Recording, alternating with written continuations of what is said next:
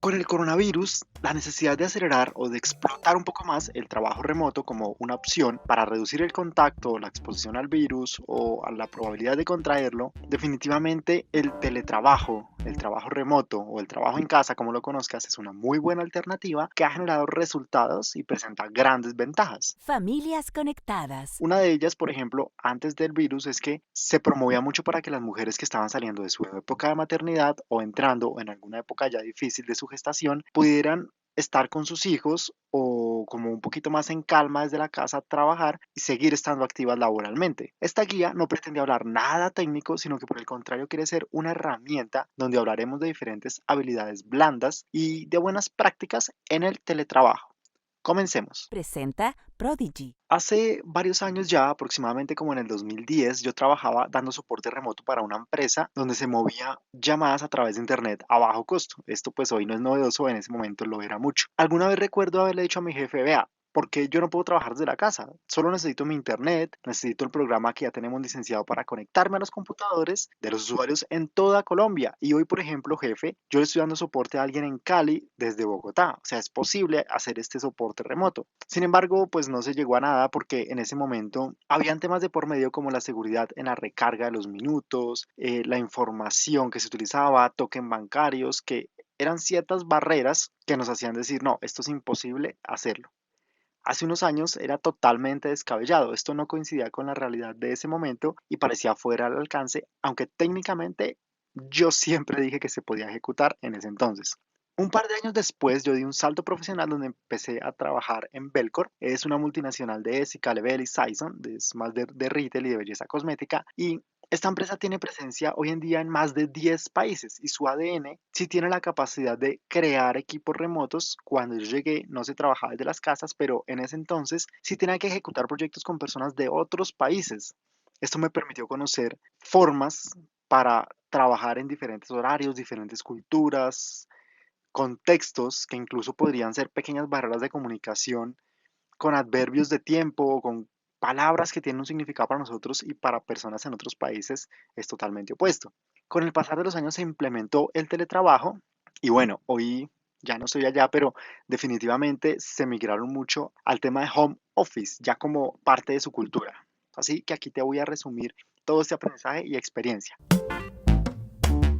Vamos a hablar de las responsabilidades de la empresa, en el caso que seas colaborador, aplica también para freelance, viendo a la empresa como tu cliente, a quien tienes que responderle.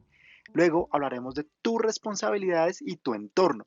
Recuerda que como teletrabajador puedes elegir estar desde tu casa o en algo que se llaman oficinas satélite, que son los coworking. Algunas empresas te pagan horas al mes de un coworking como una opción adicional para que no te quedes solamente en la casa. Responsabilidades de la empresa y del jefe. Como prometimos no hablar nada técnico, vamos a decir simplemente desde el punto de vista de las tecnologías de la información que la empresa debe tener lo suficiente para permitir que los colaboradores se conecten a todas las aplicaciones que existan y que sean vitales para ejecutar sus funciones. Y que también tiene la responsabilidad de tener herramientas para dar soporte remoto de forma centralizada. Básicamente necesitan asegurar que para todos sea fácil la conectividad, la experiencia de usuario, aunque esté en la casa, la experiencia que tenga ese colaborador, para mí debe ser responsabilidad de la empresa, de la capacidad de la empresa de innovar y de entender cómo funciona el teletrabajo.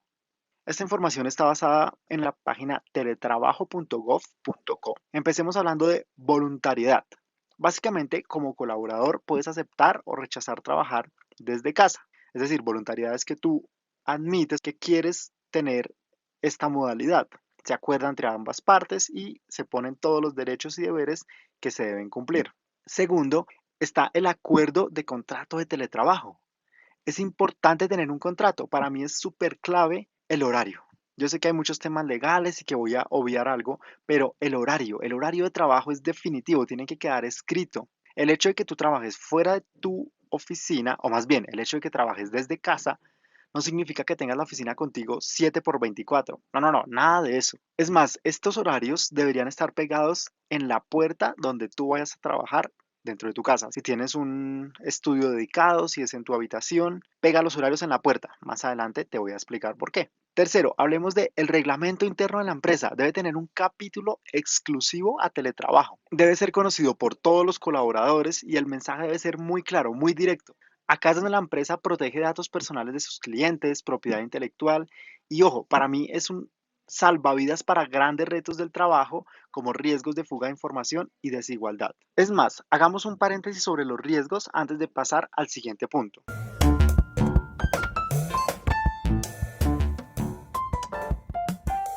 Vamos a enumerar los riesgos de uno a uno.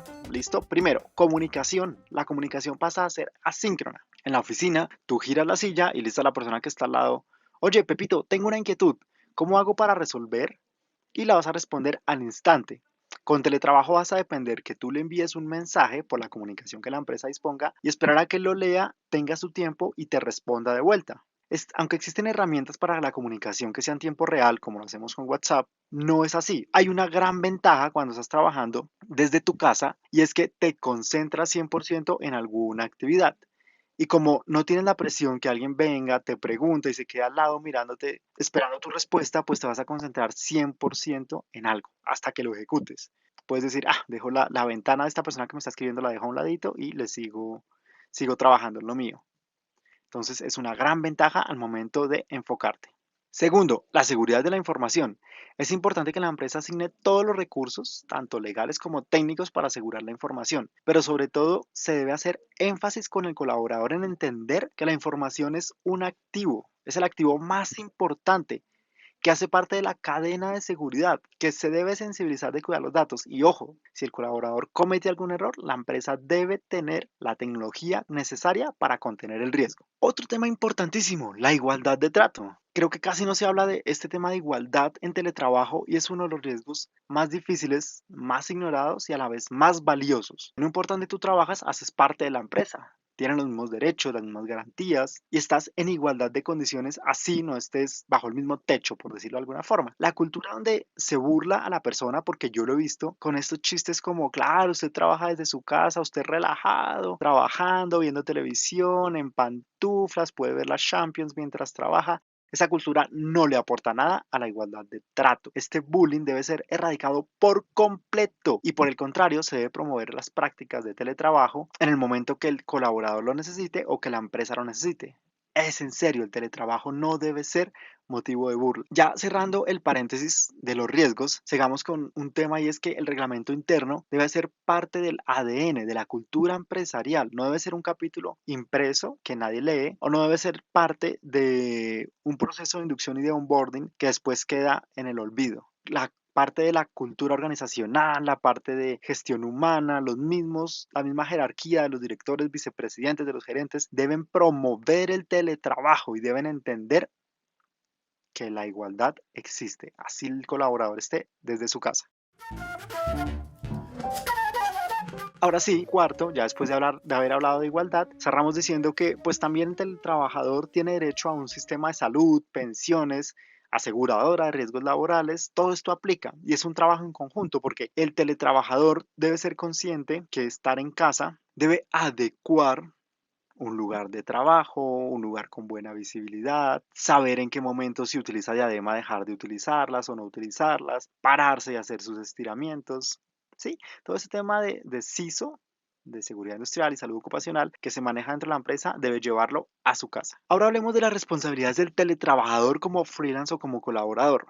Primero, recordemos, te dije que era importante que pegara los horarios en tu puerta o en el lugar que designes para trabajar en tu casa. Es porque el paso cero que debes hacer es hablar con tu familia, con las personas y decirles, hey, yo no estoy en Gym Day, no estoy en época de Semana Santa, estoy cumpliendo un horario, tengo un contrato, tengo entregables, tengo responsabilidades. Por favor, respeta mis horarios y los dejo acá pegados para que los recuerdes en caso de que se te olviden. Esto es muy importante. Segundo, sé insistente con lo que te acabé de decir. Por ejemplo, si tienes que presentar un entregable y no alcanzaste en ese día, te aseguro que te está ganando algún distractor dentro de tu casa. Te lo aseguro. Mientras almorzaste, después te hiciste una siesta o te quedaste viendo una novela, cualquier cosa te distrajo. Al final te vas a aburrir. Estos distractores te van a robar tiempo y vas a tener que trabajar el doble. Tercero, cumple tus horarios. Si tu horario empieza de 8 a.m. a 5 p.m., haz tu esfuerzo porque así sea. Yo sé que tú haces esos cálculos bueno, yo generalmente madrugo a las 5 de la mañana, me demoro un par de horas al trabajo, así que podría trabajar desde las 6 de la mañana, que es a la hora que ya estoy sentado en el bus, puedo terminar a las 6 de la tarde, que es a la hora que estoy llegando a la casa y trabajo 12 horas. No, eso está mal. Que tu horario sea las 8 horas que están, o bueno, las horas que están contratadas. ¿Y sabes por qué? No porque vayas en contra de la empresa, sino porque te vas a desmotivar. Tu cuerpo tiene un límite, te vas a sentir cansado, vas a sentir que tu casa es una cárcel y vas a culpar a la empresa o a tu jefe cuando el error es tuyo. Cuarto, respetar la calidad de tu trabajo es importante. Es un capítulo casi que especial. Si tienes una conferencia, evita ruidos de fondo dentro de la casa, gritos, llantos, perros, algo que pueda molestar a las otras personas que están en teleconferencia contigo.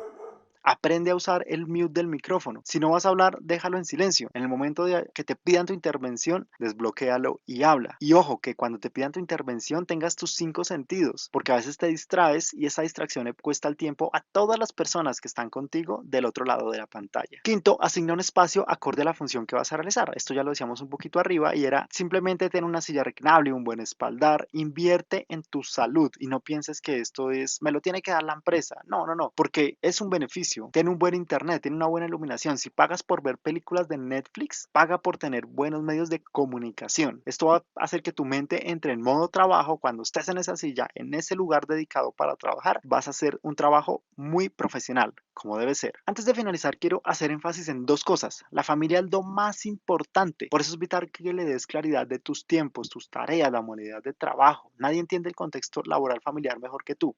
Tú vas a saber cómo manejarlo, pero es importante que los tengas presente. Evita hacer chistes en tu trabajo de esta forma de productividad que realmente funciona, que cambia la vida de muchas personas. Recuerda que tenemos un episodio completo que se llama Moving Digital o Acoso Laboral Digital si quieres profundizar en estos temas.